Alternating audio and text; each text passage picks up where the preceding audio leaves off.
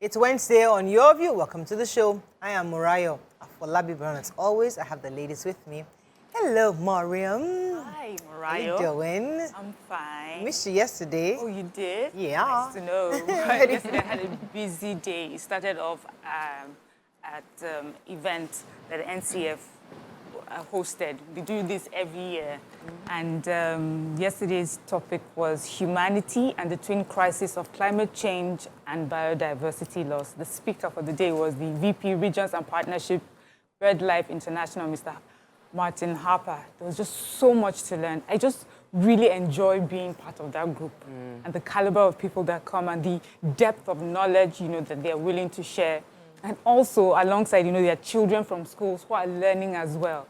And one of the lessons for me, leaving that event yesterday, was what we can do personally. I always say I use my voice, so everyone can use their voice. But there's another one, which is, as the world is changing and evolving towards sustainability, we should also try as much as we can, to join it. Let's not be the doubting Thomases. Spoilers. Yes. So then after that, I went off to Lekki, was in traffic for hours, got home, had another meeting with my environmental ladies group. It was interesting, though. Yeah. Have a ladies group. Environmental ladies. So do you see yourself, what that person came to do, do you see yourself doing it in other countries? I would love to do it. I'm giving myself some time. Yeah. I'm working on it. I'm giving myself 6 months. Yeah. Then. But we'll start locally, but I would love to do that. Let's get you somewhere. She's talking to Geneva. I would love that. With all your plans and all your children that are telling you. Botswana. I'm saying. Something, I did a post, I think it was on Monday after we had the show, that the gifts of a man would make way for him. And we know that he would stand before kings and not ordinary men. And sometimes when we think about that, we're always thinking about celebrities because they get to perform. And everybody was talking about Tiwa Savage. But there were other two women at that coronation who are not celebrities, who were just diligent in their activities. Like they worked so hard and their diligence brought them before kings and the world. So especially for young people, they need to. We all need to move away from thinking that we need to be on TikTok, on YouTube, and have a channel and all of that as a way to be seen. You can be seen and you'll be recognized. Yeah. Let me just get their names so we get it right. So it was Eva Omagbomi and Elizabeth Anyonwu. Those are the two amazing women that in different fields got that platform, but that wasn't my banter anyway. Well, I had my photo shoot yesterday, so... Okay, it's our birthday week. Yeah! It's true. Okay, let's come back to you. How is that happening? What are we doing for birthday? Honestly... Tell me nothing. You have no idea. It's Friday. I'm going to go to Boys Remand Home. Last year I went to Center for Destitute, and it was really far. So I was looking for somewhere around. So we checked out the Boys Remand Home in Oregon, which is really close, and we'll take a few materials there. But what are you doing for us? That's the question. You're supposed to celebrate me. It's my birthday. You guys are supposed to do something for me. No, but I'm saying Friday night or to Saturday night. Should we go somewhere just overnight? Just there. That would make sense. That would be nice. We hardly have Friday nights. Yes, it does. We can actually plan it. It's Friday night. I need that in my life right now. That's something. Let's just hang out. I need some girls' time. 360 money on us. That money on I should want funding it. Part of the commission, not the whole thing. Not the whole thing. How are you doing, Obiajilu? I'm doing great. I'm trying to see if I can extend my sales. So one of the boo-boos I wanted to wear today, I changed my mind and I picked another one because I'm still doing sales. And I want to teach people that you can slay on a budget. You don't have to spend millions to look good. I'm looking like $1 million today, but I'm wearing something very, very affordable. So come on my page, let's do business. So recently I've been trying to begin to fall in love with money.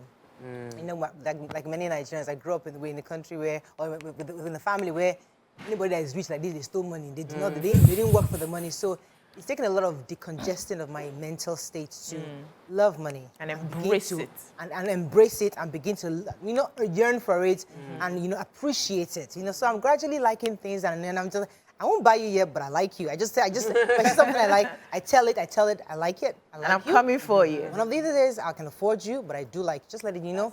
So it's helping me out. Oh, really? I have lists, I have wish lists. Oh, cool. I point out, I know how many months or weeks, that's it. And I put I know the change that is going on, and you think? some You people are see? in that space. And I like that you're being practical about how you are, because this is how you change your mind. Yes. By I'm being deliberate. And I'm watching documentaries on money making. I'm trying to really feed myself with money. So join the club, baby. Yeah, gotta make me some money. All right, I'll try. What do you mean? What do you mean by that? Let's go to break. It's Wednesday. We come back. We go through the phone pages on the paper. Stay with us. We'll be right back.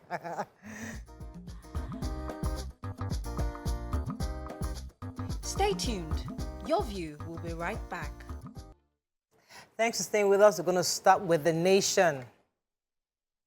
National Assembly, Akpabio Abbas rally lawmakers for support.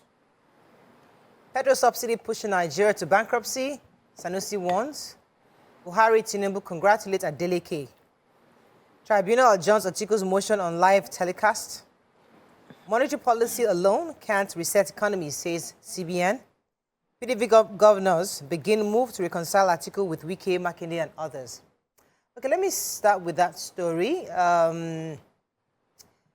So if you recall, the G5 we had loggerheads with the candidate of the PDP, Atiku Abubakar, throughout the period of the election, even till now. And the contention was that they did not want, they said they thought it was unfair to the South for the presidential candidate and the party chairman to come from the North. And that was the contention at the time.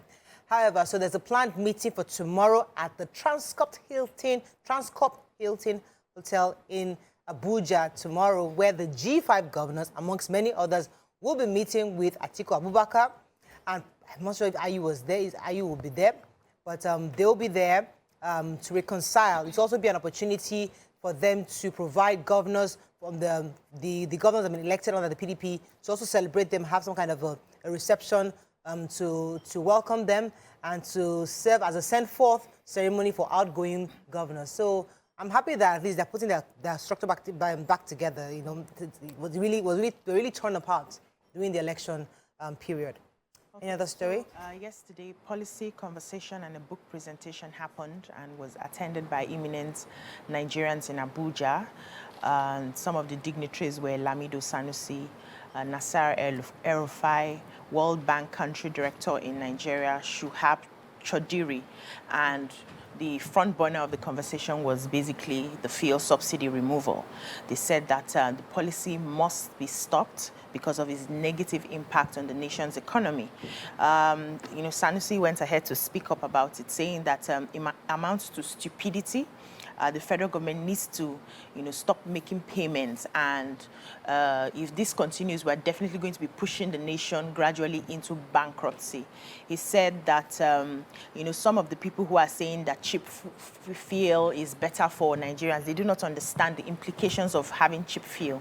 It means that, and he started to explain in 2011 that for every 1 billion Nigeria spends on fuel subsidy, 1 billion is out of education, 1 billion is out of healthcare, 1 billion is out of power, 1 billion is out of infrastructure. And so it's not cheaper to, pay for subsidy. It's going to be robbing Nigerians off some of the things that will be beneficial to them in the long run. And since 2011 to now, we have seen where it has led us to, and this must be stopped. El-Rufai, on the other hand, said also that even the President Muhammadu Buhari, agreed that fuel subsidy payments had to stop, but though he refused to stop it. And they set up a committee, I think in 2021, to work out the modalities of how to channel the resources gotten from, payment of fuel subsidy, if they stop it, into what they are supposed to be doing. So the plan is there, they have everything worked out, and they are hoping that the current administration will use that template to do something for Nigeria.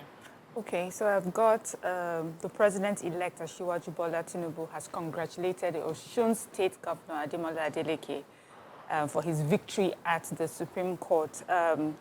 He put out this statement from his media office, and the part of the statement that I like and why I took the story is he also commended the immediate past governor, and he said that, it was good that he exercised his rights according to the Constitution, and that, but even if he lost the office, he did not lose his integrity and reputation as the governor who brought efficiency, transparency, and accountability to the business of governance. And for me, that is so important. As much as it's good to be able to hold on to the office, is that when you leave, what is your legacy? So even if he's lost the office, who he is and what he's done, will speak for him. So I want to take the story about the monetary, from the CBN governor who was speaking at the biannual non-oil export summit in Lagos. And he spoke about the fact that monetary policies alone will not change Nigeria. It's not going to solve the problems of Nigeria. He mentioned that worldwide there needs to be an approach of non-oil cash flow to help Nigeria get on track. He admitted that the challenges facing Nigeria is a whole lot. He mentioned that they're going to be sanctioning companies that are shipping, exporting without proper documentation, but he sees that as exports being one of the ways for us to increase our earnings, and we should also work on proceeds from repatriation. Then he mentioned how the RT 200 policy, which is the policy that gives you money when you pay in dollar into the country, they put that extra naira. An incentive. Yes, that incentive, and the incentive increased repatriation by 40% in 2021, and also by the end of 2022 there was an increase, and the momentum is also high for 2023 that can help, and also us as a country exporting, that we cannot continue to depend on oil. It is non-oil sector that can help us, not just monetary policy. Monetary policy can only try.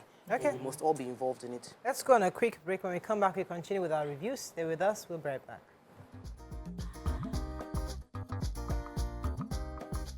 Stay tuned. Your View will be right back.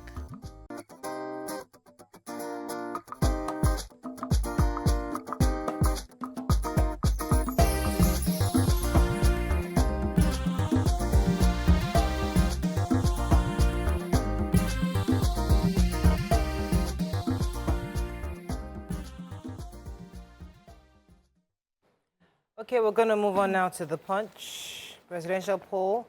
Tribunal to consider PDP LP's live broadcast request.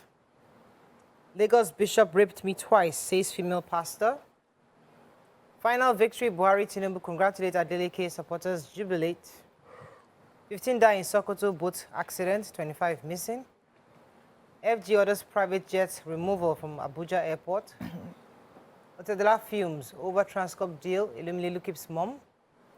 Speaker, 5 aggrieved aspirants team up against Abbas, and over $200 billion national asset lost to terrorism, says federal government. Okay, which story?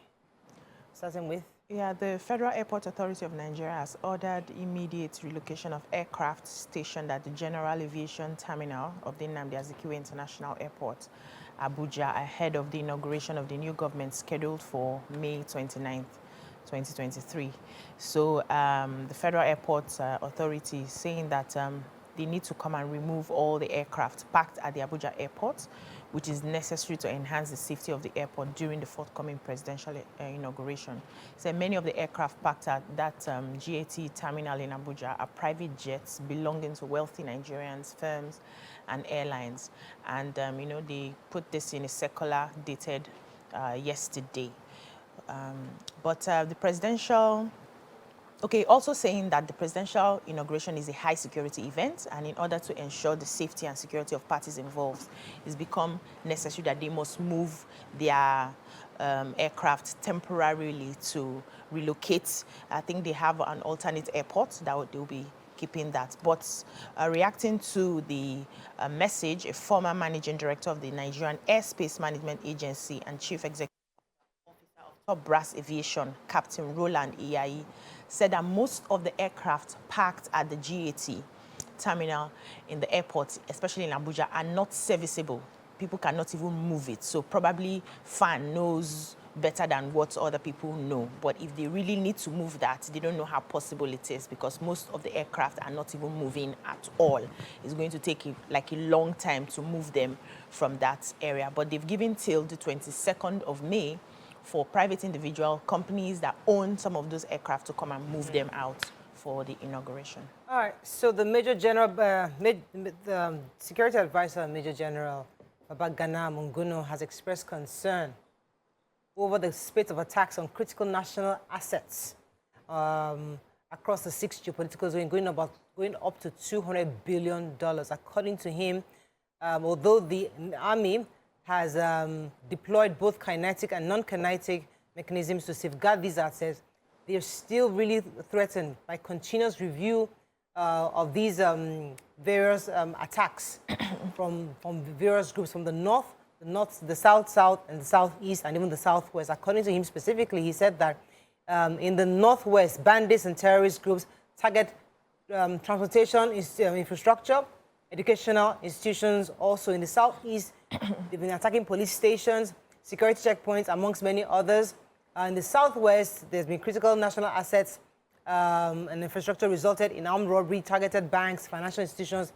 In the south, primarily driven by militant activities, they've had pipeline vandalism and others. So he's saying that all these have come to about $200 billion, and these are national assets that is threatening our nation. And then he's hoping that more tactical measures could be taken to prevent these assets from continually being attacked by these elements of terrorism across the country. The story I have is gist. But you have a... Yes, I want to give a really sad story about the girl who was raped by a bishop. She's a 23-year-old student of Adekunle Ajasin University, Akungba Akoko in Akure, Ondo State. She said that she was she met the pastor for the first time in 2018. She's an assistant pastor now, and she was supposed to attend a minister's meeting, which she didn't attend because she had to go for her brother's wedding.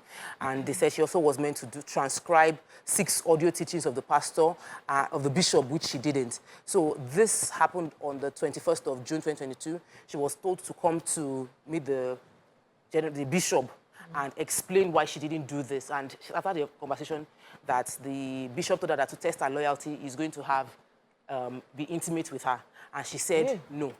That why would you do that? That I've already explained what happened. I cannot have this relationship with you. And then the man just pushed her to the chair and raped her, and that she was begging and complaining, and she was even telling him that I'm bleeding, and the man still went ahead and raped her. That's the bishop of the church. And I'm happy they withheld her name, but mentioned the church, Reign Christian Family Church, and the bishop is Bishop Oluwafeyiropo Daniels. His picture is also in the story. He said it is the next. She said that the pastor told her that if she told anybody about it, she would run mad, and explained to her that, you know how many things I had to do for my own spiritual leader. Many things that cannot be said outside that I did for my own spiritual leader. That so as to make her feel like this is not a big deal, and that many people would have been happy to even get intimate with him.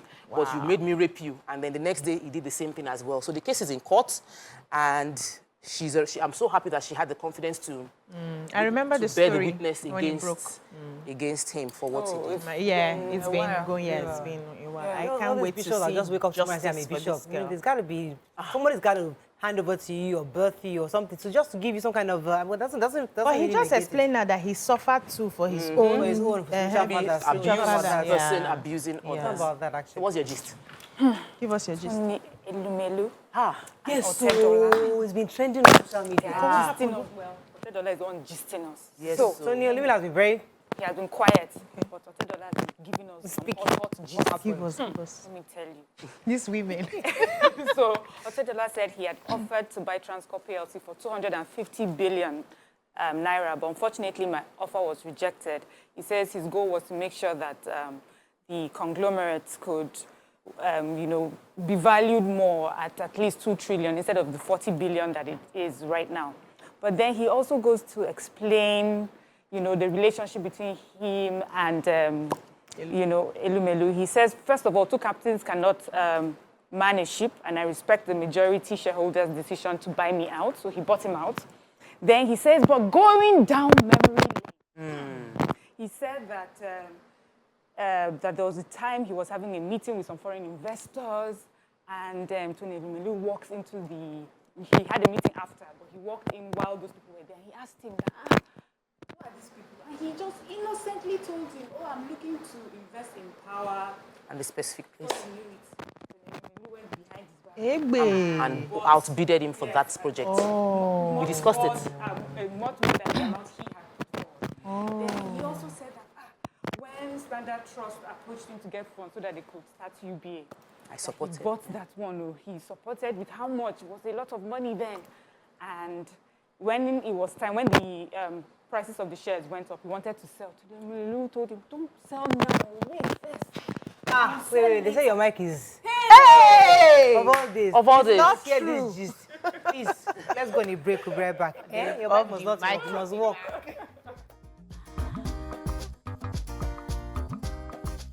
Stay tuned. Your View will be right back.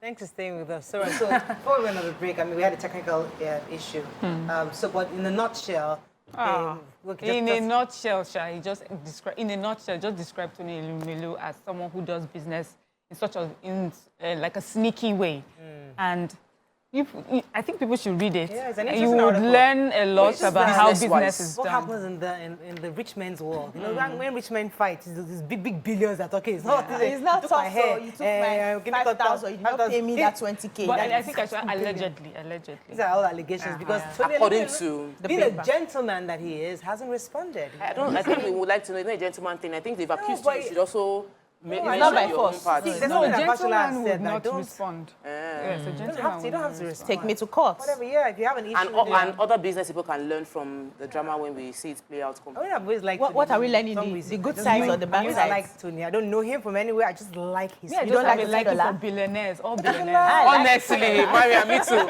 I like Otedola too, though. Yeah. Was very easygoing, There's something about Tony Iluminu that very just well-branded. stands Yeah. out. Rugged. The guy, No, I don't see Calmly the rugged part. rugged. Is there. His presence, he has very presidential Yes. presence. Yeah. you But know? for me, I Calmly think rugged. what I think I like about him is the family side Yes. of him. Yeah. It's like That this is a shows. person that has achieved so much, Yeah. and yet he's He such a still family makes out man. time for family, has lots of children, and then It's not our That hot too topic. Our shows producer family just says it's not our hot topic. We've Okay, already finished sorry. our review. Take Then the important. gelato. Let's move on. Is there any other story? Nothing now. Let's be going. Sudan crisis, at least we have 1,730 evacuees have already arrived through 9 flights, and we're still waiting for more to come. But I'm sure that those families of the 1,730 will be happy. And those that have not arrived yet, please just hold on a bit. According to NIDCOM, we'll be receiving more very soon. And Federal Road Safety Commission is talking about how over 1,000 people have been killed in road accidents in 3 months, and a lot of it is due to speed. And he says this is not just a Nigerian problem, it's a global problem. And so they're going to be working hard to see what they can do to install what they call speed limiting devices in vehicles to help for safer travel. That's interesting. You know how in travel, when you're driving, you start beeping when you know Yeah. it's coming up, when you're going over the speed limit. So, up in Nigeria, they'll not listen. It's not that people. Like, scream from here to tomorrow. The driver will just hit the device, keep quiet. I'm telling you. I must go 100 miles per hour. All right, that's all we can take on Front Page Review this morning. When we come back, we start with our hot topic of the day. Stay with us. We'll be right back.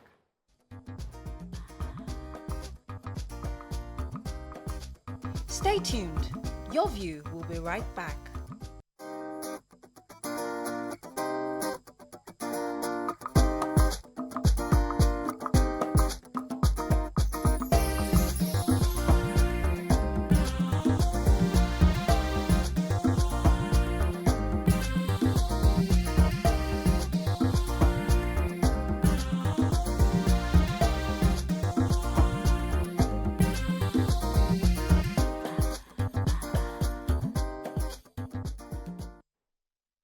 Thanks for staying with us. Before we discuss our hot topic, we'll have with us, join us, is a member of Computer Professionals Registration Council of Nigeria, CPN. He will be speaking to us about the 5 pillars of information and communication technology, ICT development, and how it can help transform economy and create jobs. Welcome with us, Mr. Ni Budimowo. Welcome to the show, sir. Thank you. Thank you for having me. All right, so technology, solves a lot of problems. In fact, the world we have in a lot of things we were discussing earlier, speed limits, how we can deploy technology to develop, to help in the economy, to create jobs, to be more efficient when it comes to processes.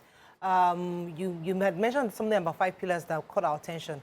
What are these 5 pillars and how can they help and develop our economy? Okay, thank you very much. It's happy to be here. You know, it's a very, very popular show, and you ladies are doing a fantastic job. Thank you. Okay. So these 5 pillars, right, and how it relates to growing the economy, which is our main focus at the moment in Nigeria. So as you mentioned earlier, technology tends to transform and create efficiencies. Well, it doesn't just come out of the blue. You need to have some foundational elements in place first, right? So at the first level, right, is training and capacity development, right? You need to essentially build your talent pipeline across the country, right? You need to support entrepreneurship. You also need to fund the ideas and innovation, right? And then you also need to ensure that there's sustainability in that framework. So as companies and startups are growing, right, you are supporting their expansion and growth. Then finally, you're ensuring that there are incentives in place to ensure that these startups can continue to, or as they grow, they can continue to acquire and support each other, so that government as an entity doesn't continuously subsidize and the startup ecosystem. That's pretty much what the Indians have done, what they've done in India over the last 30 years, as they supported their growth. And that's what they've done in America, in Silicon Valley, where government started off by supporting the ecosystem, and now the ecosystem now supports itself. And let me try to ask a follow-up to that, because I always worry. It's not the first time we're hearing about training, development, getting people building capacity and creating an ecosystem. People have done it, even within this country. But we have seen that when that happens, after the training, many people don't want to go through that rigor of training. Even if they do go through it, you're not able to retain them, to keep their interest, to stay on it. Many just want something that get rich quick, train me, give me the tools. I try it for 1 year. If it doesn't work, I'm looking for the next best thing. I'm trying to jackpot or do something. They don't have that staying power to wait. How do we retain, even after the training and building capacity, how do we get people to actually get interested and wait and stay to see the vision through? Okay, that's good, because it's a good question. Ultimately, first of all, that training isn't just transactional, like, okay, go for a course and that's it. We're talking about very foundational things, from looking at the STEM value chain, as I like to call it, right? Science, technology, engineering, and math, from the foundational level in secondary schools and primary schools, and building that talent pipeline. And we used to, well, I think we still do. When I was in secondary school, we had, a lot of us read physics, chemistry, and we had very strong technology and math background. And that still exists across many schools. But what we are saying is that the government needs to continuously invest in that, support science labs across, and engineering labs, and then, so to speak to your question, to answer your question directly. So what happens is that, when you train people, if there aren't enough industrial opportunities, should I say, essentially what we call jobs. If there aren't enough jobs, people gravitate to where the jobs are. So that's why you have this, part of the reason why you have this Japa syndrome, where people, are getting enticed with, better paying jobs outside. So we also, so we have a gap there, right? And that is that, as we train these young men and ladies across Nigeria, and they get these skills, there aren't enough job opportunities, local job opportunities for them. Skills. And even the local startups, the local companies, the market isn't very deep, right? So we also need support and investment, so that, and incentives for our own companies, right, to buy Nigerian software, to buy Nigerian technology, and to utilize Nigerian technology. And that's one of the reasons why I think in the last year there was an act, epoch-making act, as I like to call it. It's called the Nigerian Startup Act, which was signed by the current government, which is focused on fostering innovation and in the creative and digital economy and creative industries, right? And part of what that's going to do is provide funding for startups, provide tax incentives for companies that are supporting startups and also acquiring startups. So that's going to fill that gap in a way. Yeah, so I remember when there was the Twitter, ban? I would say, for a short while. I know that India came up with their own app, Coup. Okay. Yeah, something to replace Twitter Yeah. at the time, and some Nigerians went there. I went there as well. I signed up for it. It was supposed to work like Twitter. But I don't see encouragement in that when it comes to our own product. I don't see people come up with apps that would sort of replace like Instagram or Twitter or, you know, all those social media platforms that a lot of business people rely on to sell their markets. I don't know if it's something that some of these young minds, so instead of saying, I've gotten the skill, there's no job, can they get the skill as well as learn how to begin to create something for themselves, create jobs, and instead of looking for the job, you'll get the skill, you create job and get people involved. And what role do you think government needs to play, or even bigger companies need to play to support these young minds so that we can have something that compares to, so everybody has an alternative. This is the Nigerian one, this is the one for the international market. You can do both. You can decide to go for this cheaper subscription. You know, you can sell better on this platform. Yeah. Is there anything like that? Okay, very good. I think a lot of stuff you just said right now, let's try and unpack them. First of all is that, you know, when we talk about alternatives to foreign software, I think the example you gave, social networks, are extremely hard to replace because they have what you call these network effects. It's not just write a new software and replace them. Okay. So even now that Elon Musk has bought Twitter, the former founder wants to start his own, but it's going to be very tough for him because of these network effects, right? But at its core is that, you know, people will always find where there's a core need. Right? Okay. And, you know, and when we speak about government's involvement, you know, let's look at it from the general policy framework that for this incoming government now, you know, going through the manifesto, one of the things they said was that they wanted to try and, you know, grow the economy by 7% every year, which is going to be a tall order, very, very difficult, but it is possible, right? And one of the things you need to do there is to ensure that there are certain sectors of our economy that need to grow rapidly, things like agriculture, manufacturing and services, healthcare, education. So those areas are places where we need, that can grow rapidly, have a lot of room to grow rapidly, you know, by using technology. So, so when you ask, okay, what can the government do? So what I would ask the government to do is, you know, to consider doing, should I say, is, you know, be very specific about, you know, what kind of areas that you want startups to come in and support, right? That you want to support startups in, right? So take education, right? You can transform a child's life, you know, by providing better teaching environment, better tools. I've seen that, you know, where, you know, you can, you know, just by having access to e-learning content, high-quality e-learning content, you can just grasp things that you couldn't grasp before, like math. You just grasp it easier because a different kind of teacher is teaching you. So those kind of areas where you know, government should be very specific and say, look, we need more educational technology startups, and then agriculture, which is the largest part of our economy. Right? If you're trying to move the needle on the GDP, you've got to focus on agriculture, like agricultural yield.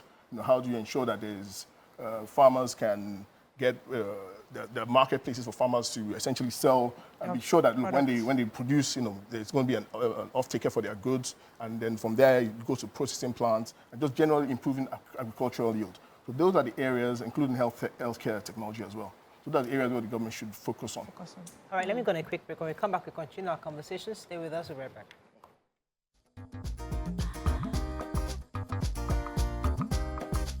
Stay tuned. Your View will be right back.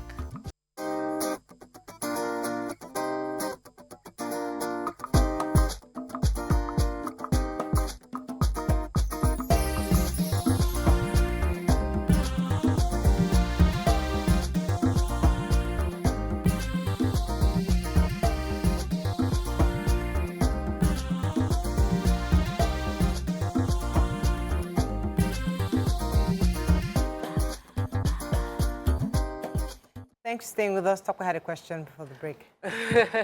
So, when it comes to tech, at least tech innovations, some of the innovations we've had in recent times in Nigeria is the eNaira. And we've had a guest come on the show when it was just launched to tell us about it, but we haven't heard much about it now. And what are the potential advantages that this has? What do you think we should be aware of concerning eNaira? Okay. That's actually quite important and very relevant to what's going on, what has happened recently, You know, I mean, we're all here the first quarter of this year Yeah. when we had that cash Crunch. cash shortage, crunch, wahala. You know, and so what became clearly obvious is that look, we need this cash thing is a bit of a problem for us in Nigeria, and the promise of eNaira about 2 years ago was that we'll now be able to digitize our currency and make transactions faster, cheaper, and everything will be all hunky-dory. But what has happened over the years? Now, eNaira was launched about 2 years ago, and over the last 2 years, what has happened is that the central bank, right, and its partners have been working to essentially build out all the integrations, how it connects to different financial institutions, and how to, just testing and making sure that everything is working properly, right? What we noticed now is that I think about since November last year, there's been a very huge growth in eNaira wallets. That mean, what does that mean? How does that happen? So what is happening is, if you think about what eNaira is, it's like you have your physical naira, right, paper, and then eNaira is basically, and that's what we call fiat money and the bearer instrument. So whoever, if I give it to you, you own it. It doesn't have my name on it. Whoever owns, So eNaira is just like that. It's not like money in your bank. It's like it's a digital bearer token, right? So what has happened is that, and one of the key things is that the government can, it has some attributes that allows governments to monitor and specify what it can be used for. So right now, I'm sure you've heard that there's meant to be an $800 million disbursement thing, not subsidy, disbursement to cushion palliative sort of thing, right? And that's going to be dispersed largely through the Ministry of Humanitarian Affairs, right? And so what is happening is that eNaira wallets are being opened across the board for people. all those people? Well, not just them. I think that we have about 30 million eNaira wallets now. That was announced by the central bank governor, right? And they're being opened all across Nigeria. People are going on. You can use your EOSSD or the eNaira app to do all that stuff, or to sign up.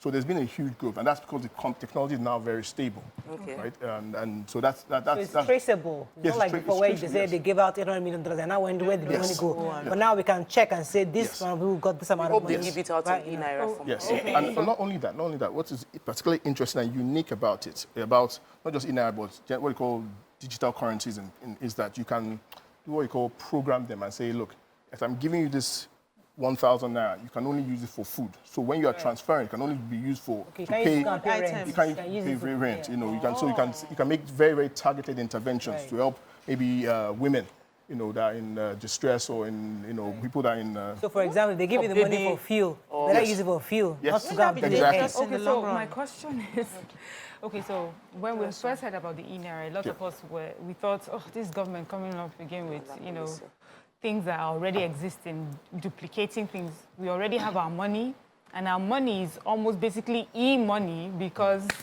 we don't see it anyway. We do the bank transactions. Yeah. So I know one of the questions has always been, how is it different from what I already do now online?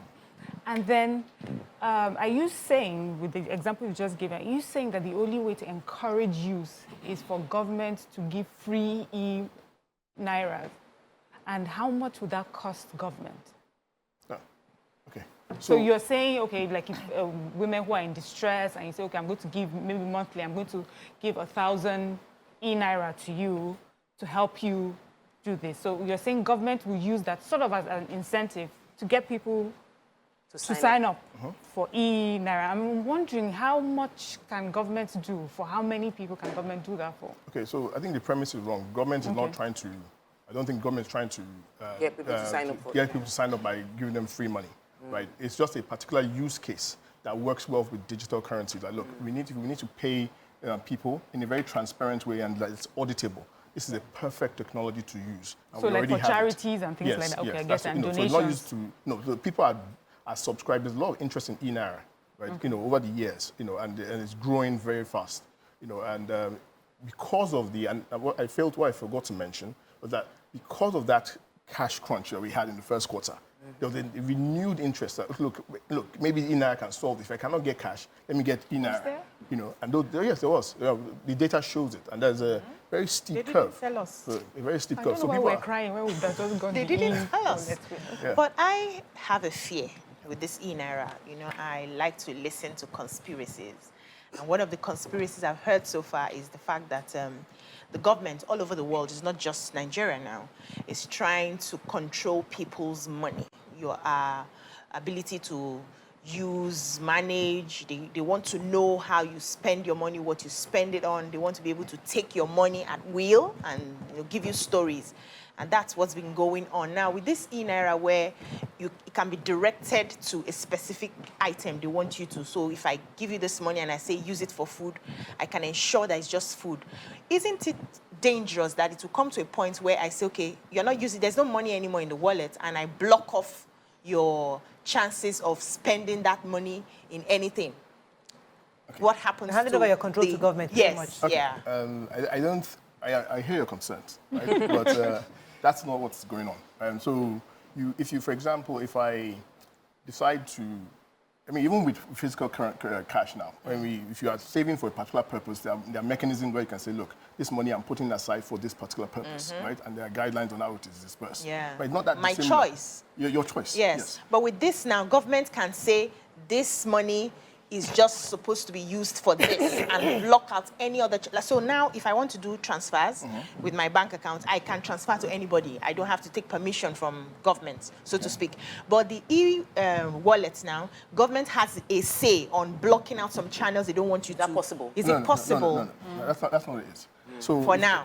No, that's not what it is at all. Because if, for example, it's the case that if I'm giving you money for, say, to buy foodstuff for children or your children, right? And that's what that money is for. You know, once you've done it and you've transferred it to the people, to the vendor, and the vendor can now decide. so If I I say I don't want what you're to buy saying is for that children, I want to use it to buy a shwebi. Yeah, so what you're saying to me is it will make me better organized. I'm able to do my budget better because I already have, that's what I'm understanding, but I could be wrong again, which is I would, once I have the money, let's say in my account right now, I can put 30% that goes here, like I already do with my regular account. But in this case, I'm unable to change my mind because the bank knows where the money is going immediately. So it makes me better organized and maybe helps me to follow my budget better. Is that what I'm hearing? In a way, it's that applies, but the core focus of core objective is to ensure that it's auditable, that when there's an intervention for a particular purpose, it's not being diverted for other purposes. All right, so much to do about the eNaira e-wallet. Let's talk about, I mean, because I want us to wrap up on this. Yeah. There's a new administration coming in right now, and there has to be a focus because world over, ICT has helped to develop economy and to help with more efficiency, especially with government transactions and all that. What would you advise the incoming government to do when it comes to ICT? What can they do? Actually, aside from the training you said earlier, what kind of infrastructure? Because recently, what we had recently, we had bank transactions hanging because we lack. NBSS was saying that they don't have enough capacity for what happened recently. So how do we develop our infrastructure locally to support e-transactions across the country? Okay. I think the government needs to take a holistic approach, right? And they don't need to reinvent the wheel. There are already existing laws and frameworks that they can follow. So I would say ultimately I would expect the government to be guided by this Nigerian Startup Act. It's very broad. Apart from the training I mentioned, it's also providing support for the what we call infrastructure technology companies, or people that are essentially working on building out data centers to support other organizations, data centers, technology parks, different kind of systems to increase capacity, and even venture funds as well. So I would say that the real focus, the government knows what to do. What we really need is to raise awareness about what the opportunities are. So, for example, now, a lot of people do not know that the African Development Bank, the Agence Française de Développement, Islamic Development Bank have all come together and set up a fund, about $618 million, for Nigeria specifically, to support digital innovation and creative industry, creative enterprises, sorry, right? So, and more to that, it's targeted at young people 18 to 35, who are starting up like Nigerians. So we need to raise awareness that these things are available for you now, right? In the past, people say, look, money has been given to, when investors come to Nigeria, they focus on a few startups, the big ones. But now we have these development finance institutions working with Nigeria, the Nigerian government, to support young companies. So yeah, and that we just need to raise more awareness about that. And the government has that focus and that responsibility has to be on the government side to raise awareness and make sure that these programs are actually accessible to everybody. Okay, I think we can wrap up on this, and we just wanted to just hear your thoughts on it. I've been very worried about various government innovations in the past. We've had great ideas, but somehow, somewhere, either the youths don't take full advantage or they do, and somehow, somewhere, it just doesn't, they don't follow through, or the ecosystem is not there, it's not well organized. So sometimes I feel like we put the cart before the horse. So I feel that there are more foundational things that need to be done before to get to the point where we're building an ecosystem, because sometimes you give an ecosystem to a bunch of people who are not properly ready for it, it might fall apart. So that's my worry, but I just hope that the new administration, as you've said, would do the right thing and ensure. Well, that's what we all pray, because if you're going to grow this economy, you have to get on the starts immediately, right? And be very focused on which areas of the GDP you want to target investment in and support and grow. That's what we are. Okay, that's all we can take on this segment. Do you believe in Nigeria? I'm unbelievably, relentlessly in support of Nigeria. Very bullish, very bullish. You're not Jackpot in Nigeria. You just came back. No. I've been here since I was born. So just checking. I'm not going anywhere. Young people that are speaking English. I'm not going anywhere. Wait, no, now they apply to Canada passport. No. All right, that is all we can take on this segment. When we come back, move to another segment. Stay with us. We'll be right back. Thank you. Stay tuned. Your View will be right back.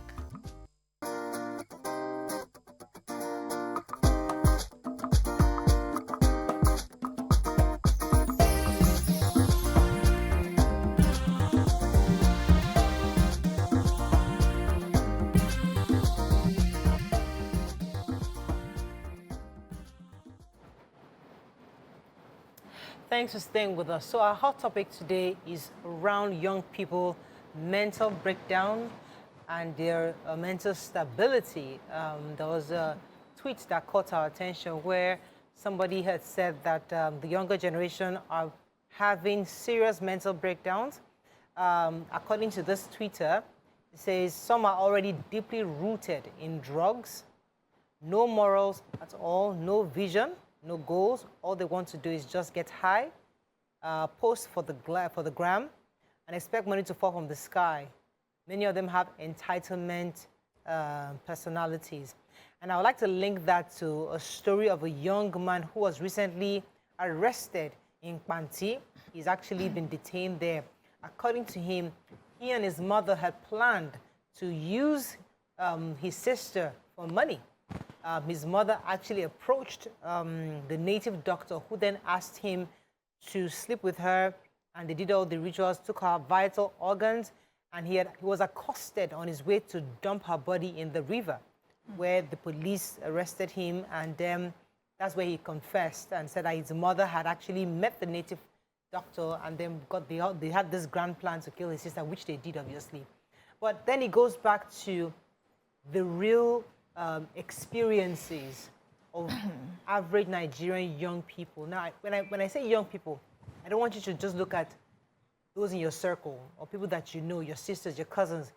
Look at this young man. I'm not sure they give his name. A 29-year-old internet fraudster, Amos Olaleye. If you have his picture in your mind and see other people like him, maybe from poorer families, they have no uncles, no aunties to lean on, no family members.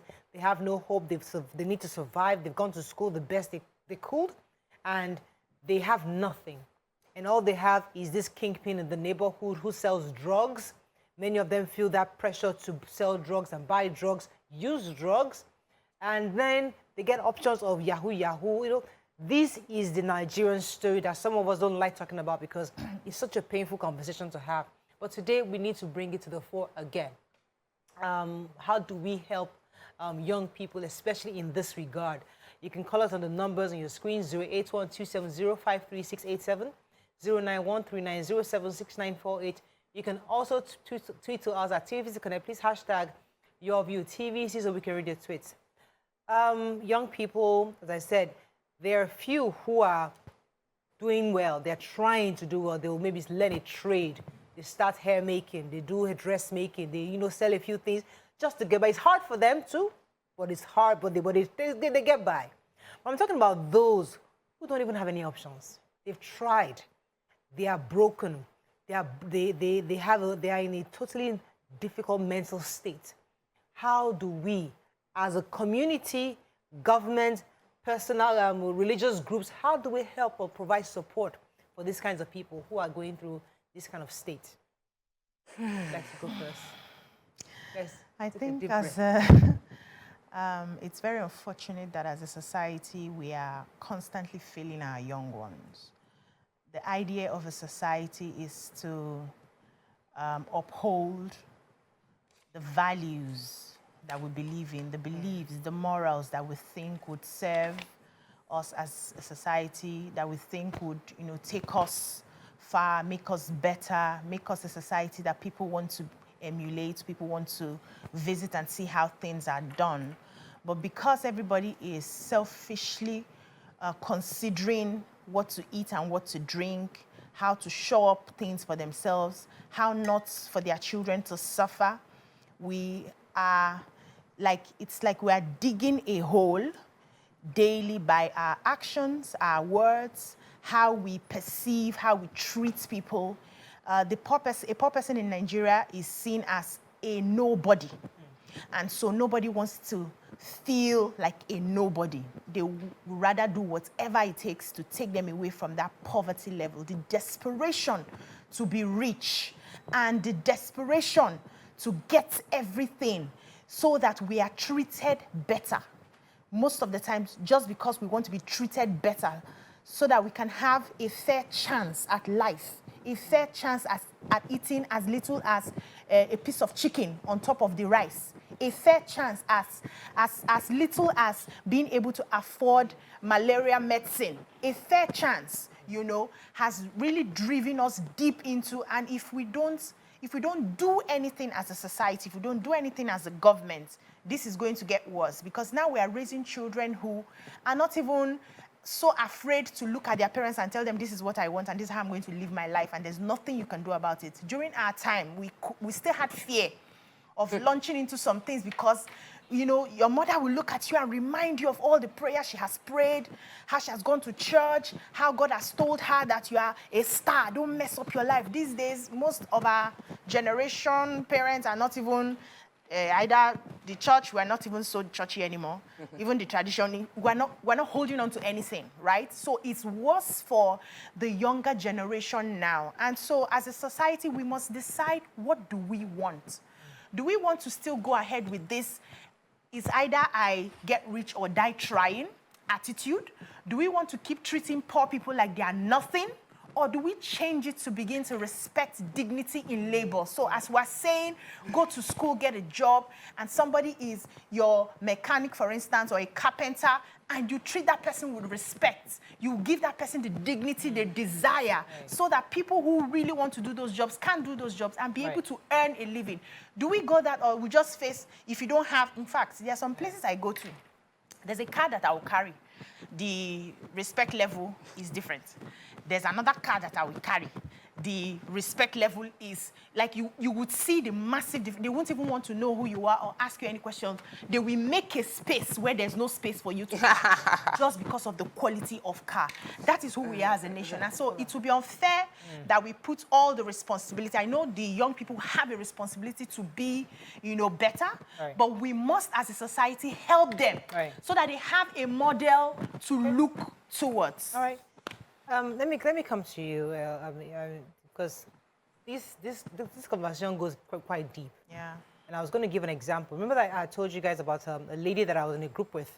We're in a different group, and during the political season, she was totally vicious to me. She was very, very mean to me, and there was a service I needed, and she provided that service after politics had passed, And And I asked for her to provide that service for me. So I had the opportunity to meet her recently, just last week, you know, for the service and all that.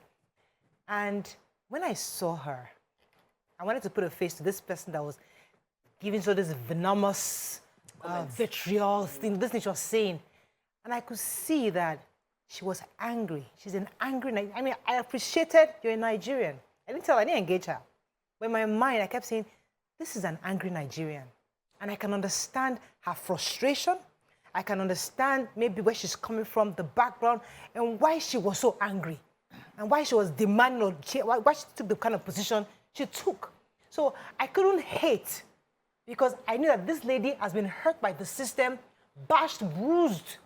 So if she feels that you are somewhat on the side of people that are, you people that you're part of them, the hate was just so real. I could almost touch it from just seeing her. And I understood it.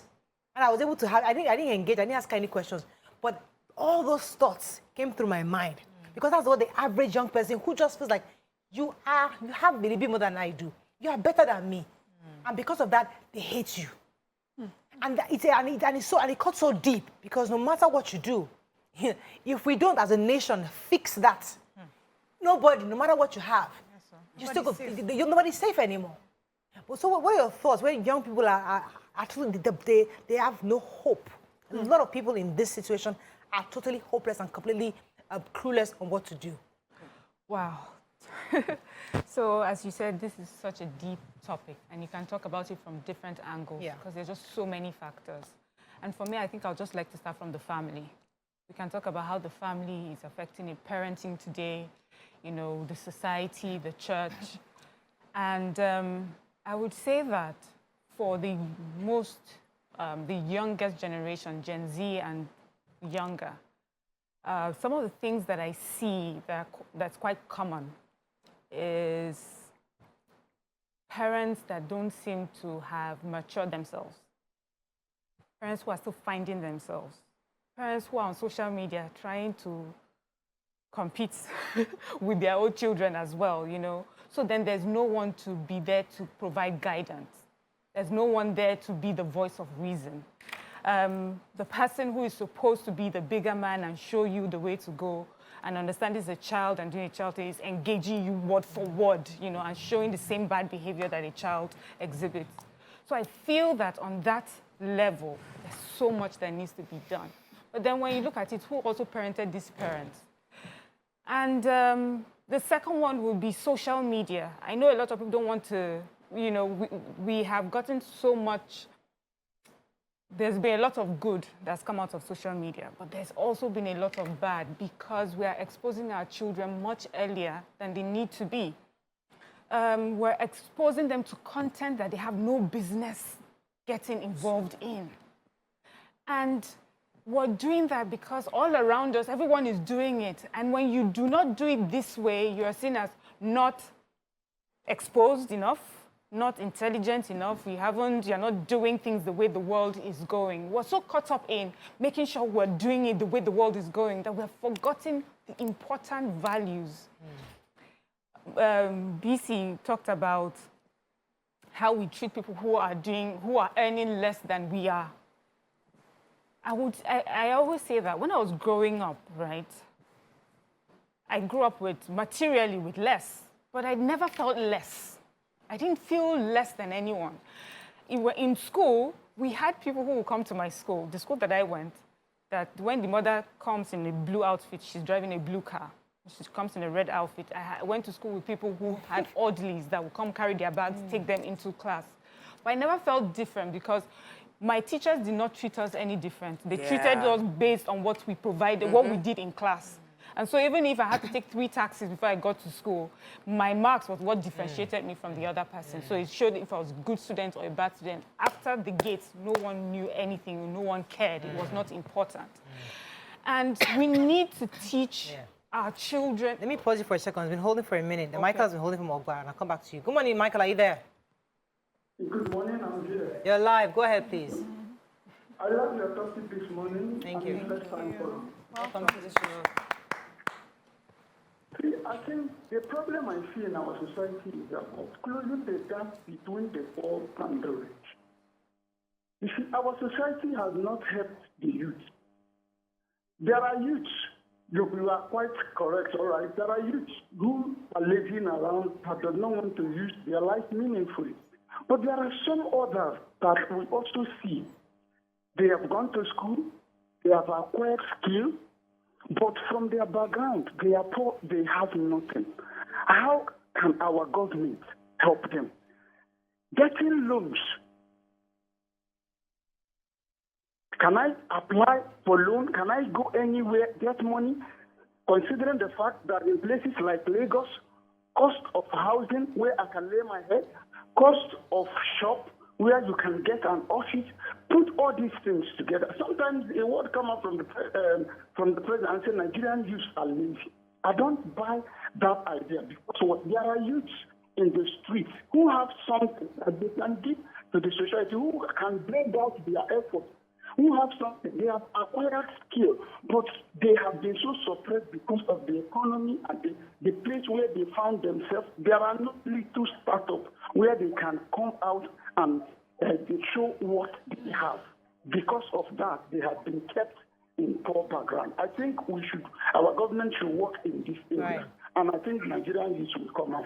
Thank you very much, Michael. Let me come back to you. Okay, so I was going somewhere with it. So I said, so because of the way, our teachers treated us, we knew that what was important was our own hard work, what we earned by ourselves. It did not matter who our parents were or what they were. And I feel that children have no business knowing the economic situation of their friend and able to discuss it. We need to also be careful the kind of conversations we have in front of our children. Now, we were raised that way, thankfully. But why are we raising our own children differently? And the reason why I have gone this way is because I want to point out that poverty has always existed, strife has always been there, governments have always messed up. And yet there were a group of people who understood that there were important values. People did not blame society when someone committed a crime. People did not shout at government when it was an armed robber, or someone who has stolen, or someone who is doing rituals. You blame the person. Right. And sometimes, as far as blaming the family, this person has no proper upbringing. Right. And so unless we decide to face our families and face our parenting and face our children, we'll just be blaming society for blame's sake. It would not work. That is where the problem is, and that's where the solution is. Family. Right. Talk about your thoughts on this. So when you asked about hopelessness, for me it is the reality of majority of Nigerians. The feeling of hopelessness permeating everywhere. Like there's a desperation, there's this despair, like nothing is working, and it is that hopelessness and desperation that would make you see a 9-year-old child wanting to say he wants to kill somebody to make money. That's desperation. That's hopelessness. There's no other way. I can see people, me too, I want to make money. 14-year-olds enrolling into Yahoo Plus and Yahoo Yahoo, like they have a training school. And there was a video online of young, barely teenagers trying to get into that space because that's their only ray of hope. It is the search for hope that is causing them to explore all those things. And I just quickly Googled what are the things that could cause hopelessness, and it is feeling powerless. The average Nigerian feels powerless. Only wealthy people in Nigeria are powerful. Only those that have money can control things. If you are poor, you don't get justice. A 21-year-old boy, because he accused sitting senator of something to do with his body or human trafficking, he was heard. Would he have been heard in Nigeria? Because he's a nobody. So when people feel hopeless, powerless, uninspired, like I don't matter, they will do anything to get important, to feel like they matter. And that is that desperation and hopelessness leading to what we're seeing as a chaotic society, going to drugs, trying to numb their feeling, and in some cases going to killing people to get that edge. And so we need to get back to that space of how do we start inspiring people to feel hopeful about their journey and their life. Let me take this call from William. William, good morning. Are you there? You're live. Yeah, I'm Thank you. Good morning, how are you doing? Very well. I think I want to say it's a society pressure. I think the society is not contributing enough. You see, this pressure in the society. I love your program. I love what you're doing, what you're contributing to the society. I think we need to do enough. So we need to give out. We need the volume increase, Hello, can you please. hear me? Yes, go ahead. Hello? Can you hear me? Yes. I think the society has to, because the pressure that is really given out to the society, more especially this tech age, it's really costing a lot of things that, we need to make sure to go with the already young ones that are coming up. Because your program like this, our source program, will really expose kind of a boost up to make sure that most of these, could I call it, you want to get to the top where you're not prepared, where you're not building yourself to get to that top. I think the society needs to really do enough. I think we need to make sure that your community come from your church. Right. You need to really do enough to make sure that this pressure is not reachable because competition here and there. All right, we can. I'm sure our viewers at home can hear you, but maybe the guys in the studio can help us increase the volume in the studio if they can stop talking. Yeah. But I was going to bring an angle of local government because government really needs to come down to the grassroots. I feel that we all keep saying government, forgetting that one of the most important governments to us is the one closest to the people. We would really like us to interrogate the role of LCDAs, government chairmen, the community leaders, because they're the ones that can empower young people. I know many will say they do that. They have those, they do Marua, they do empowerment program, they give you all these blenders, they do makeup. Those are great things.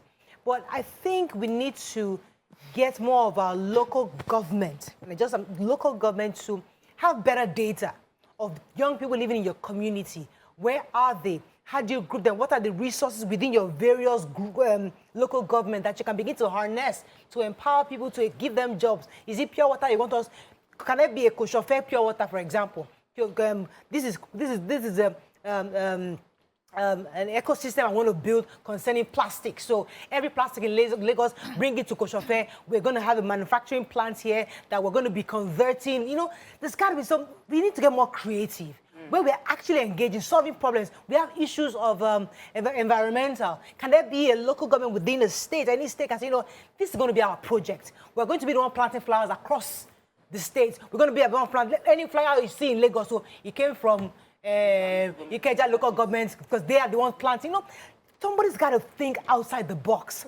Don't just find this regular, buy my blending machine, buy Kekenapep here, and do this, and that's it. And we flood all the streets with Kekenapep, forgetting that the films are also harming us as a people. So is anybody thinking outside the box where we begin to engage Nigerian youth such that give them that hope that we talked about earlier? As long as I was born here, there's something we can do in this area that I can invest in. Okay, so that is all good. All hands need to be on deck to solve this problem. So while the government is attacking with regulations and policies, fishing out the drug barons, that's, taking them out, clearing the space so that it's not very easy to have drugs available to these young people, right? The local government is there trying to give them something to do. But I've realized that sometimes it's not for a lack of job that makes some of these people want to do Yahoo, or get into cultism, or get into killing of somebody for the Yahoo Plus. Sometimes it's because there is, one, greed. They want to, in 14 years or 20-something years, they want to spend money that an Otedola, for instance, is spending because they see him in his Lamborghini, for instance, on social media, and they feel that is exactly what I want. Forgetting that he, for instance, went through a process to get there. So it's not so much of, if I go around the streets and I say I want to empower people and give them jobs, you will see young people who will look at the job, how much is it? And they will turn their back on you. So it's not so much of the job. It's, number one, I love the fact that Miriam spotted the family. There was something I was reading recently, and it says, a well-structured family creates civil society. Yep. to have a well-structured family, you will now have individuals from those families, your family, my family, and every family. We meet as a society, and we are civil, we are structured, we are well organized, we understand morals, we know what to do at the right time and the right time to do it because we come from a well-structured family. Now, why we see the Western world going haywire, the way they are going in 27 different directions, is because there's an attack on the family structure. And that is where Nigeria is getting to now. There's an attack, it's a systemic, it's building on the family structure. Our young people are now saying, is there any need to even get married? Let me just get pregnant and have this child. I can take care of my own. I can be by myself. I have money now. I'm empowered. I can raise this child by myself. We are gradually going away from the traditional family systems that we had that was a covering for us to be a civil society. It's gradually moving, but let's pay attention. Because for us to fix the problem of Nigeria, it must start from the home. What sort of conversations do you have with your children? What sort of values do you build? Do you instill? Do they understand that there must be work before payment is done? I get that. No, hold on. That's why we are doing our own as a family. So you the government is doing their own at the policy level. Then the mindset of the citizens. Well, let me take that for a second, because you're right. What's the family doing? But a child will tell you, I saw my father work for 30 years. He wasn't paid. He sent me to school. He sent me to school, and everything I have, we used to educate my sister, and today, you know, no she pension. No pension. Yeah. So the system works. So even if you work so hard and you do the right thing, people still feel like the system is working against them somewhat. Yeah. So sometimes I create jobs. Yes, the family, so it's because of that situation that my mother had to go into prostitution, or my father had to steal that money.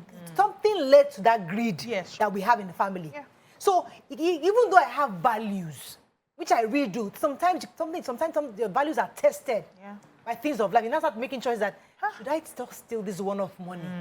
Because those are the choices people are being faced with. So I remember the time I was telling you about that I went for a speaking engagement where the professor was speaking. He was proud of his 2 houses, and is it 2 cars, that he's built 2 houses and he has 2 cars.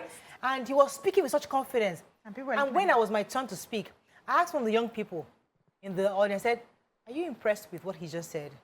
I know. Wow. What would you rather do? They want to have the yachts. They want to have the mansions. They want to have a house abroad. This man was talking about he had a house in Lagos and Port Harcourt.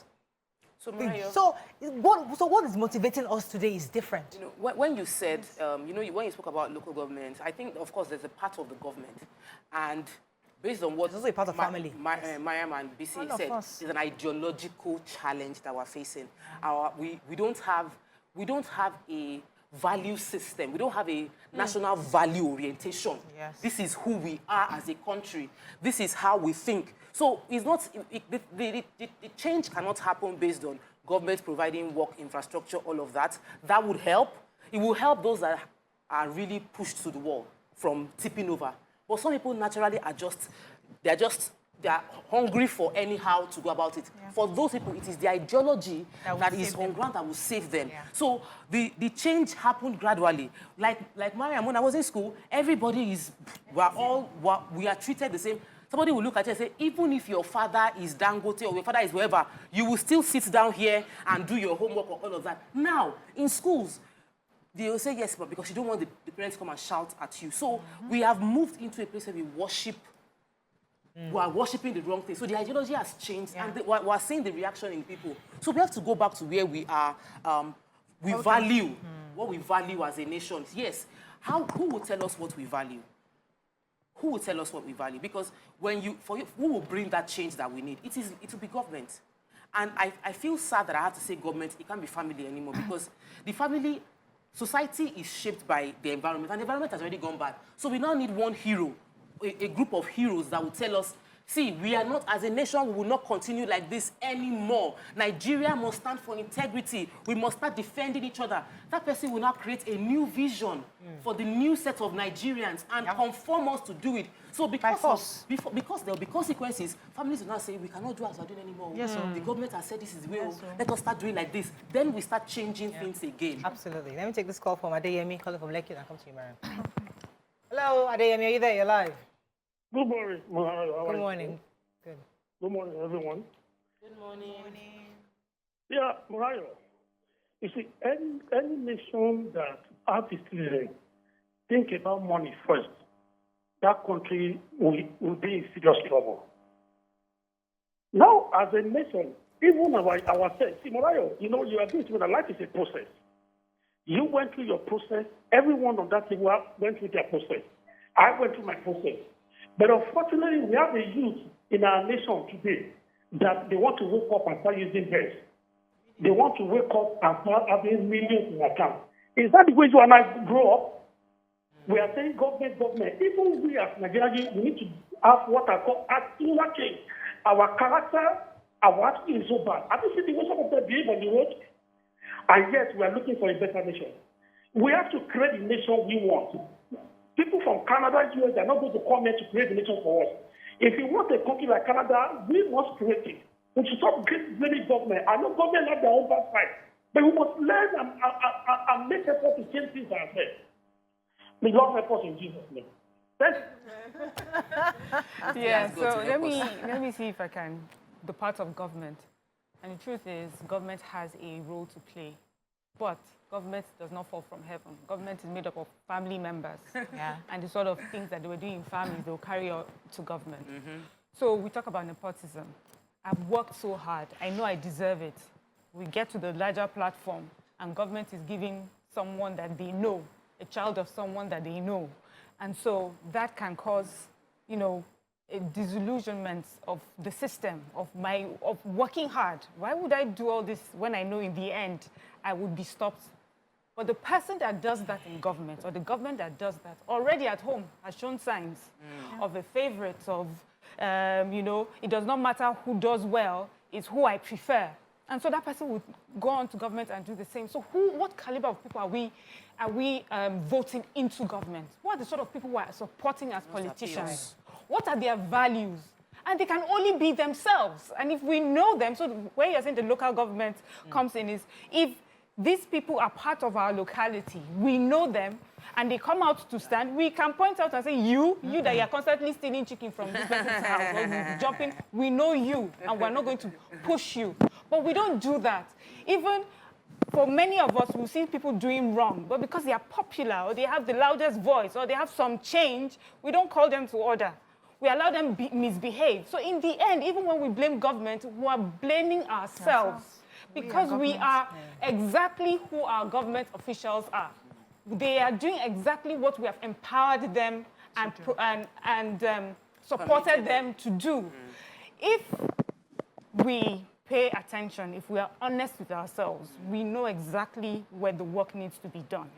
And it's at home, and with our teachers in schools for our children, and with each other. And we'll see it in government and in society at large. I didn't want to mention the name of this institution, but I think I should, because it is a Nigerian institution. And when you're talking about vision, so we need some hero, some visionary to create a new world for us where everybody begins to align. I did a course in Pan Atlantic University. When you enter PAU, it's like you're in a different world. You have to repeat yourself that, am I still in Nigeria? And it's because of the vision. Where you come inside, they tell you the culture. We don't wear this kind of clothes. You can't come with this kind of this. You can't, you know, everything you are reminded. The security guard at the front reminds you. The woman, the caterer, the server at the cafeteria is reminding you. Every corner, you cannot leave any single drop of anything after you finish your food. They will remind you to come and pack your plates and put in the bin. Like, it is reinforced. So when you enter there, you remember, oh my God, everywhere is clean. And when they are marking your examination, they don't want to know if you're Mariam Longi or Tokpameka Duge. It is your number they grade. You're simple. Your number, you're graded by your number. You get your results based on your number. Nobody wants to know who your name is. And it's happening in this Nigeria. In this Nigeria. So the point is that a system can work if we get the right leadership. And leadership for me is not when you get the president right. That's why I keep saying it comes down. Yes. Because we have to put it in layers. The president can drive a vision, but if the guys at the bottom don't drive that vision, there's nothing you can do.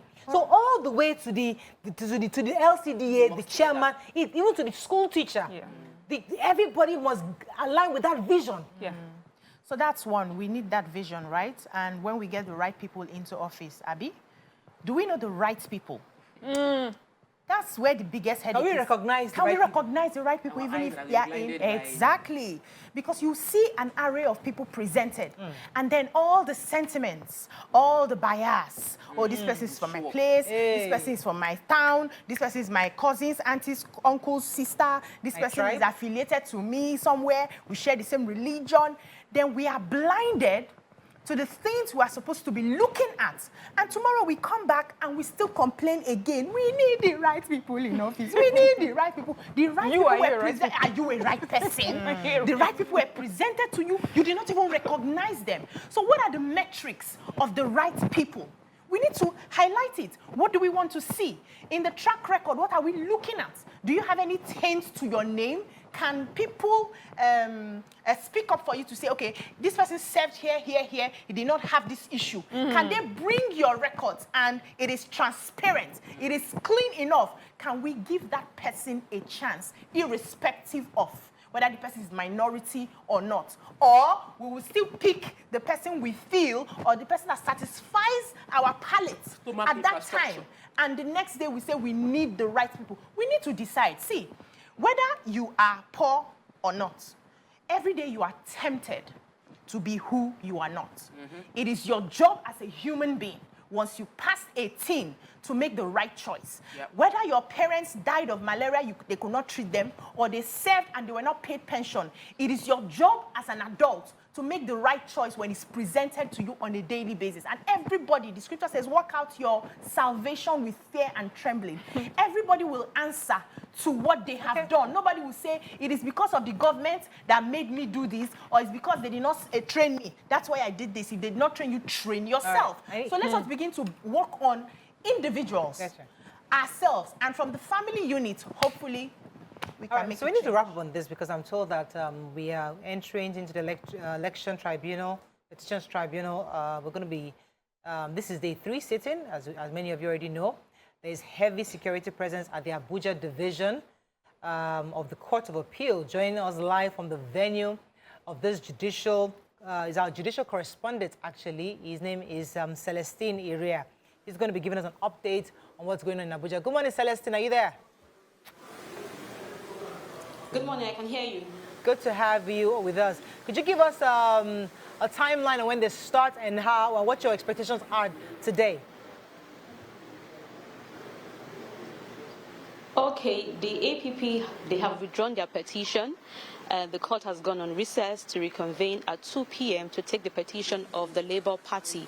But the tribunal is still having its pre-hearing session. On Monday, the AA withdrew their petition. Today, APP, they're withdrawing their petition. So now, in total, it was 5, but 2 petitioners have pulled out, now leaving 3. What this means is that these petitions will be expediently adjudicated. So it's less work for the panel, and no sooner or later, we will hear the verdict of the court. That leaves LP, PDP, and... Which other party? Yeah, okay, we didn't get that. Yes, so what we have now is Labour Party, the PDP, and the APM. So the tribunal is taking the petitions interchangeably. Yesterday, it took that of the APM and the PDP. So today was supposed to be that of the APP and the Labour Party. But today, the APP pulled out of the race, so leaving just Labour Party for today, which will be taken by 2 p.m. So it's a day-to-day proceedings, a day-to-day sitting till when the tribunal gives its verdict. We're still having the pre-hearing session where all the petitioners will come and answer and tender the documents and evidences they want to use and pursue their case when the proper hearing starts. So the substance of this petition have not even been dealt with. We are still going through the pre-hearing session, and we have 2 petitioners have pulled out of their petitions. Oh, okay, fantastic. So we'll be the monitoring that courtroom today. I know 2 p.m. everybody's waiting to see the Labour parties presenting their own petitions. It's an interesting procedure, and it's all Nigerians are watching. Could you give us an idea on the feedback concerning PDP and LP's request for live broadcast of the proceedings?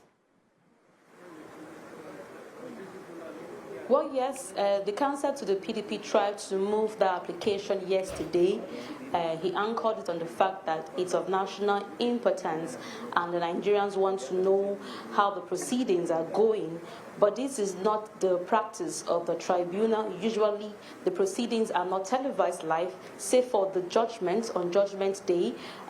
Media houses are given the opportunity to bring their live equipment to televise the proceedings of that day live. So, on a day-to-day proceedings, while the trial or the tribunal is still sitting, it's not usually televised live. So the chairman of the panel told the council that all applications will be moved together. Although he tried very hard to see that the tribunal held the application yesterday, but the chairman said it will be taken at a later date and adjourned that to Thursday. So tomorrow, hopefully, maybe the tribunal will grant him audience and hear his application and the grounds at which he brought the application, seeking to televise the proceedings live. All right. Thank you very much, Celeste. Let me let you go at this time, but definitely we'll be monitoring the proceedings to know how that goes. Thank you so much for joining us. Okay. All right. So back comments on social media. Go ahead, please. Media. Somebody said in Europe, people are obsessed with being rich. They just want to make ends meet and live their normal life. People are not obsessed with being rich. Okay.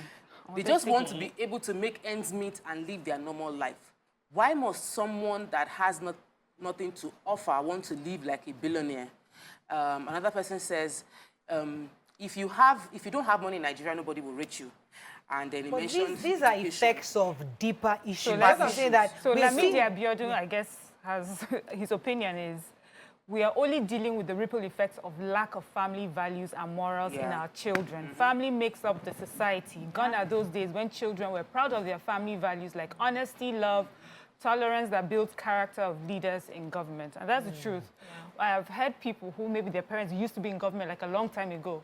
And when people say, oh, I knew your father was a man of integrity, they're like, integrity. We're still renting house. He did not build any house. His colleagues that did not have integrity, we know where they are today. So those are kind of... Yeah, I had that too. Yeah, and the fact that, the government at the time would embezzle money and flaunt it in the faces of the poor people. That was also what changed the family values. So children just woke up, we cannot be doing this now. We can't. I saw my father die because probably we're not able to get his pension. He was not able to feed after how many years he has put in office. And then this person has pension for life, just for 4 years or 8 years. So at the time since we're going to be working on the family system, the government also must reposition itself. Enough of embezzling money meant for the good of other people. We hold you accountable. If that resources has been given for something, please make sure that you do it so that your people have a sense of dignity, even if it is small. Biko. So, Umola Emmanuel says, the politics of Nigeria is all about development and strengthening of the country and its citizenry. Most politicians are all about funds, embezzlement to refinance election and oppress the next man. Yeah. You made a very valid point with the local government area, Murayo, and I think that you've been pushing it, and I would be excited if this comment is able to inspire one of our 774 local government chairmen to decide to transform their own territory, because you have a territory and you can make huge change. Nigeria is not a country without resources. Some people have cashew, some have coconut. Whatever it is you have within your area, find a way to take ownership and maximize it, to provide solutions. So people migrating to your location, excited about the leadership you provide. Enough of giving excuses that this is this other person. Yes, we have to run, unfortunately. But I remember that when my father passed on, and people were saying, oh, your daddy was such a fantastic guy. He didn't collect money after he did. He took oranges for me. Looking at them, oh, he only took this form for me. He did not collect money. And I'm thinking,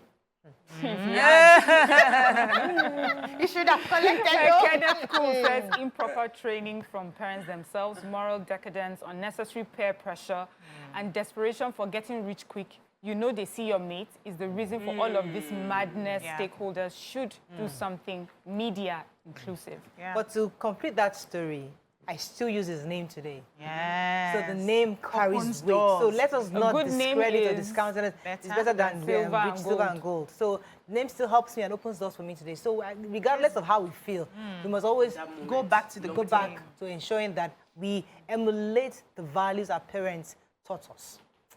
That is all we can take on today's show. We'll see you tomorrow. Bye for now.